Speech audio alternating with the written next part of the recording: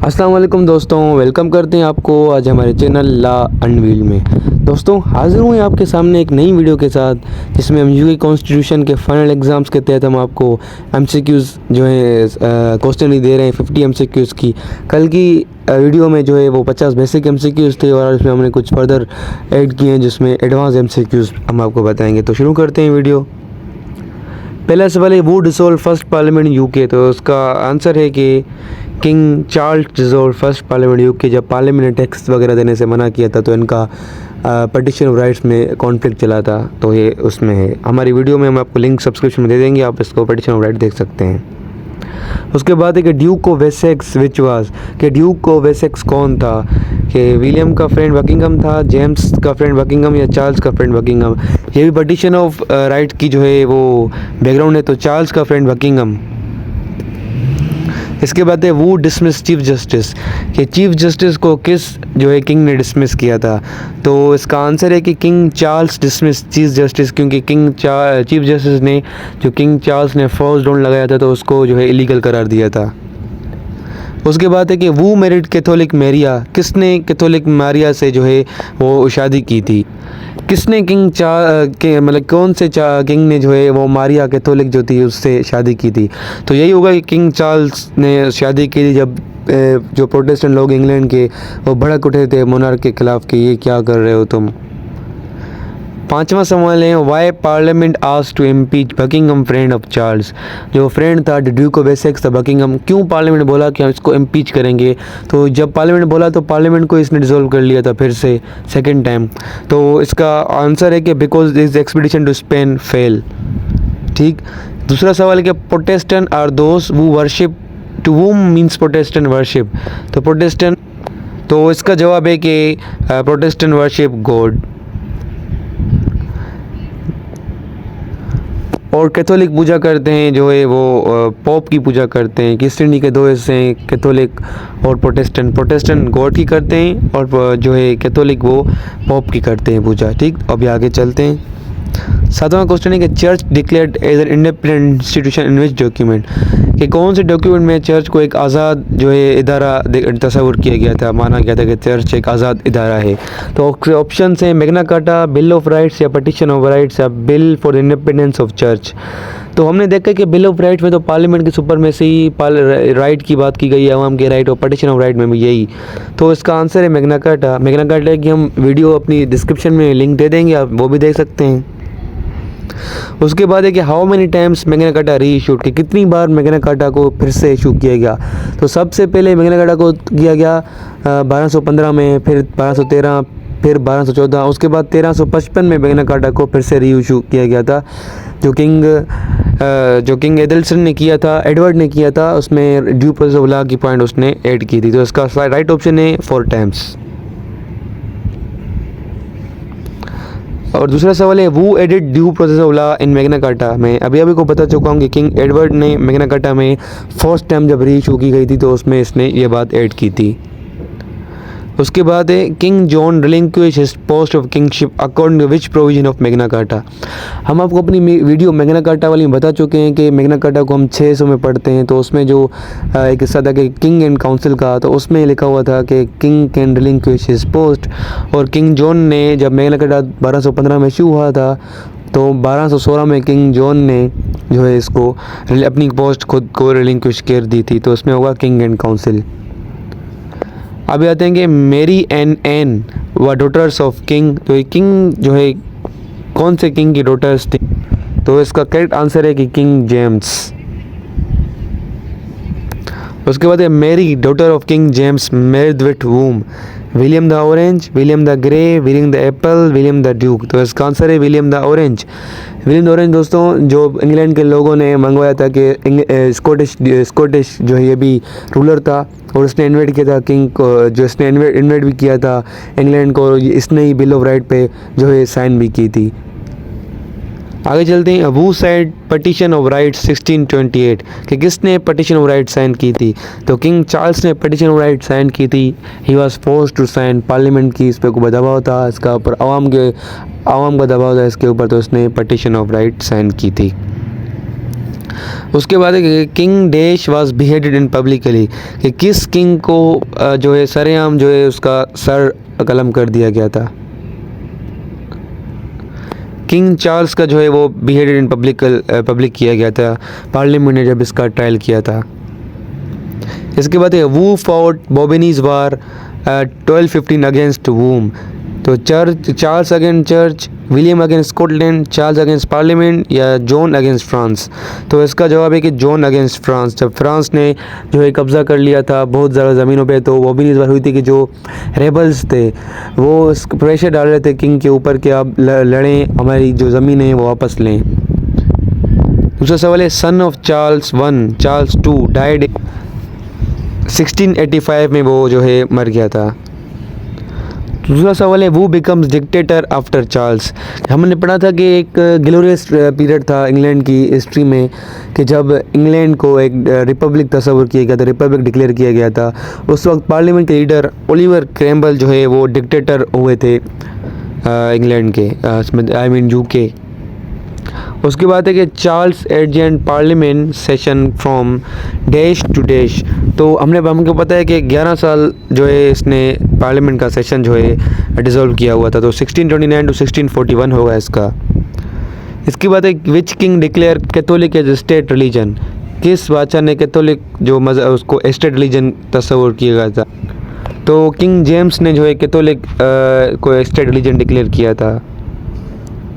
उसका dispute with church held in, कि church का डिस्प्यूट किस में था, पटिशन ऑफ बिल में, पटिशन ऑफ राइट में, या मैग्ना कार्टा में, या बिल ऑफ लंदन में। दोस्तों हम सबको पता है कि मैग्ना कार्टा में ही चर्च के साथ डिस्प्यूट हुआ था, क्योंकि पटिशन ऑफ बिल और पटिशन ऑफ राइट में तो आवाम और पार्लियामेंट के साथ डिस्प्यूट हुआ था। उसके बाद है एवी डाइसे कौन था। एवी डाइसे कि हमने जो है रूल ऑफ लॉ के बहुत किस्से सुने हैं, उसने इंट्रोडक्शन द प्रिंसिपल ऑफ कॉन्स्टिट्यूटो में जो है रूल ऑफ लॉ के बारे में लिखा है, तो ये एक जूरिस्ट था।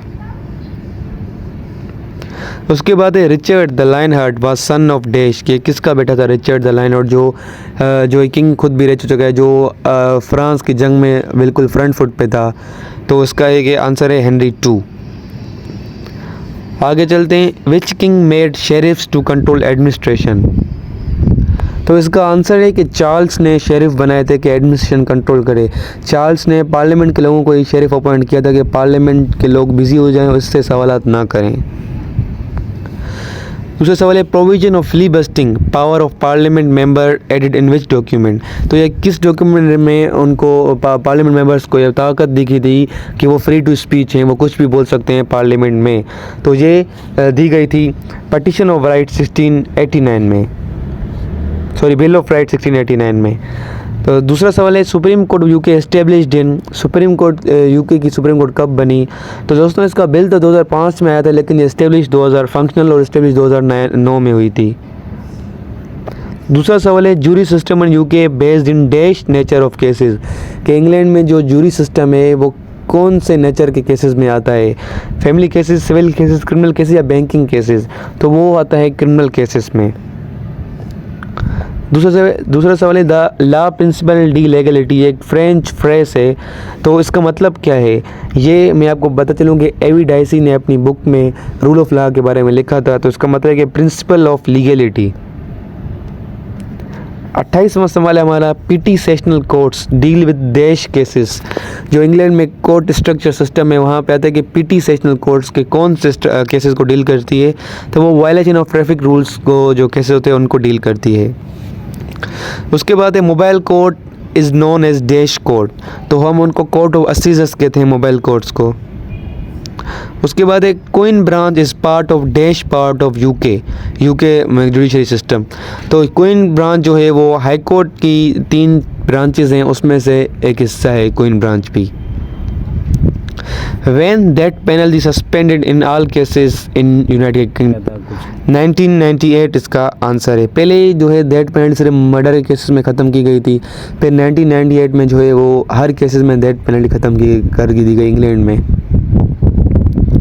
दूसरा सवाल है which court sits in 3 months, तो कौन सी कोर्टें इंग्लैंड में कौन सी कोर्ट्स हैं जो हर 3 माह में हेयरिंग करती हैं, मतलब बैठती हैं, उनकी सीट आती है। तो इसका एक कोर्ट ऑफ क्वार्टर सेशन, इसका आंसर में ही हमें जवाब पता चल जाता है क्वेश्चन MCQs में ही। तो दूसरा है कबाल इज़ डेवलपमेंट ऑफ, कबाल किस चीज़ की डेवलपमेंट है। अगर हम कैबिनेट डेवलपमेंट पढ़ें यूनाइटेड किंगडम की, तो किंग के 5 जो है मेन अहम साथी थे, उनके कैपिटल वर्ड्स के शुरू के जो नेम्स के वर्ड्स हैं उनसे ये कबाल लिया गया है। तो ये कैबिनेट डेवलपमेंट थी कबाल। उसके बाद है for becoming a member of house of lord age must be, तो एज कितनी होनी चाहिए, जो हाउस ऑफ लॉर्ड का जो एक्ट है उसमें लिखा हुआ है, तो उसकी एज 21 ईयर्स होनी चाहिए। उसके बाद है house of lord also known as, house of lord को हम दूसरा क्या कहते हैं कि हम किस चीज़ का फोर्ट्रेस कहते हैं, हम उसको कहते हैं फोर्ट्रेस ऑफ कंजर्वेटिव पार्टी, क्योंकि उस कंजर्वेटिव पार्टी के बहुत सी सीटें उसमें एलोकेटेड हैं हाउस ऑफ लॉर्ड में। और है कि under which act limitation imposed on heredity peer of house of lord, तो इसका आंसर है कि heredity peers act house of lords act 1999।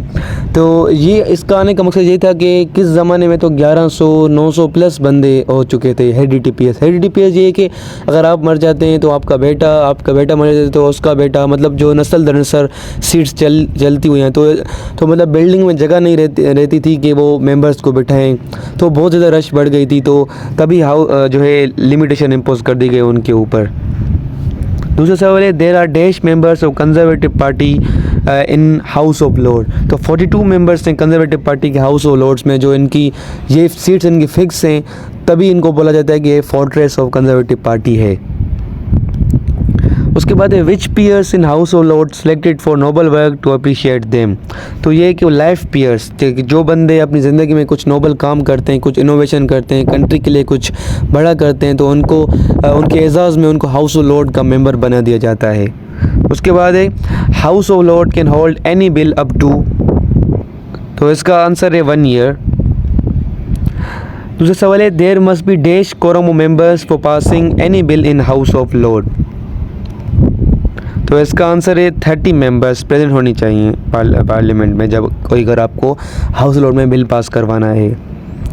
उसके बाद dash seats needed in house of lord to rule, कितनी सीट्स चाहिए हाउस ऑफ लॉर्ड्स में, house of common में रूल करने के लिए, तो इसका आंसर है 326, मतलब एक प्राइम मिनिस्टर को 326 सीट्स चाहिए उनकी गवर्नमेंट को इस्टेब्लिश करने में, ठीक।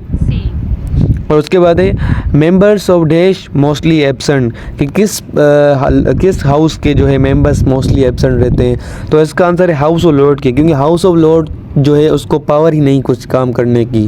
और अगर इंग्लैंड के सिस्टम में, यूके के सिस्टम में हाउस ऑफ लॉर्ड को निकाल दिया जाए तो भी इसको कोई फ़र्क नहीं पड़ेगा। इसके बाद है there are dash cross benchers in house of lord, ये कितने क्रॉस बेंचर्स हैं हाउस ऑफ लॉर्ड में, तो इसका आंसर है 28 क्रॉस बेंचर्स। ये कभी किस साइड चले जाते हैं, कभी किस साइड चले जाते हैं। इसके बाद है UK judiciary has lack dash of power, कि जुडिशरी यूके के पास कौन सी पावर नहीं है, दोस्तों, तो उनके पास लैक ऑफ रिव्यू पावर है। जैसे हमारी जुडिशरी के पास, पाकिस्तानी जुडिशरी के पास सू मोटो की पावर है, वो किसी भी एक्ट को देख सकते हैं, अगर वो फंडामेंटल राइट के खिलाफ वर्जी है तो उसको टेक डाउन कर सकते हैं, लेकिन एज सच के उनको जुडिशल रिव्यू की कोई पावर नहीं यूके की जुडिशरी को। उसके बाद है कि यूके हैज़ डैश पार्टीज़, तो वहाँ पे 2 पार्टी सिस्टम है, जो मोस्ट इंपॉर्टेंट पार्टीज हैं कंजर्वेटिव और लेबर पार्टी।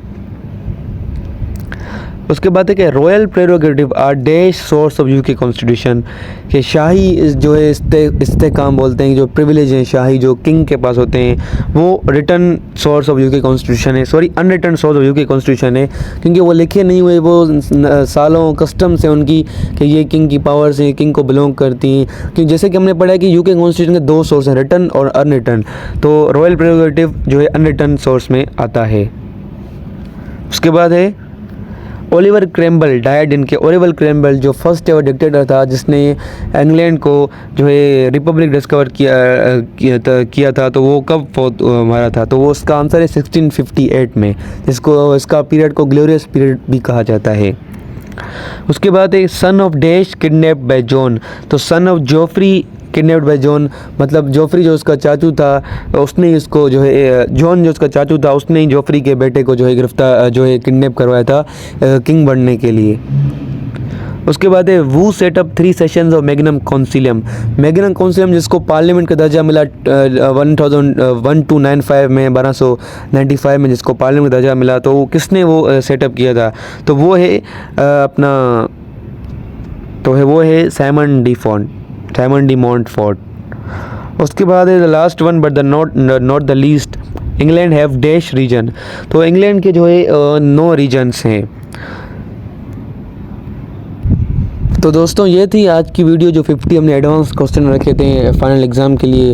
इंशाल्लाह कल भी हम 100 व्यू की कॉन्स्टिट्यूशन की वीडियो के साथ हाजिर होंगे। अगर आपको वीडियो अच्छी लगी तो हमारे चैनल ला अनविल को लाइक करें, शेयर करें और सब्सक्राइब करें, और अपने दोस्तों के साथ शेयर करना ना भूलिएगा। बहुत शुक्रिया, थैंक यू सो मच।